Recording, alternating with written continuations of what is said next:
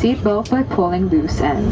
To unfasten, lift top of buckle and pull free ends to release.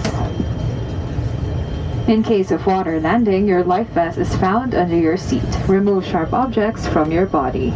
To don, slip the vest over the head, take tape around the waist, and push ends to buckle. Now pull tape to tighten when outside the aircraft. Pull inflation tag to inflate vest.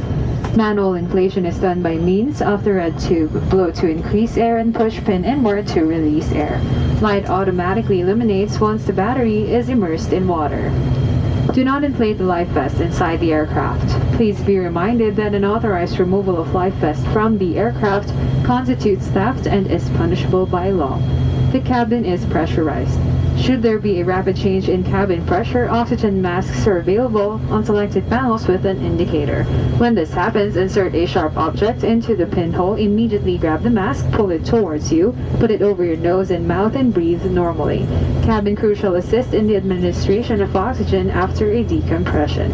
Please take note that face mask must be removed before putting on the oxygen mask over your nose and mouth. In case of emergency evacuation, follow the lights that will lead you to the exits. For further information, please refer to the passenger briefing card found in your seat pockets.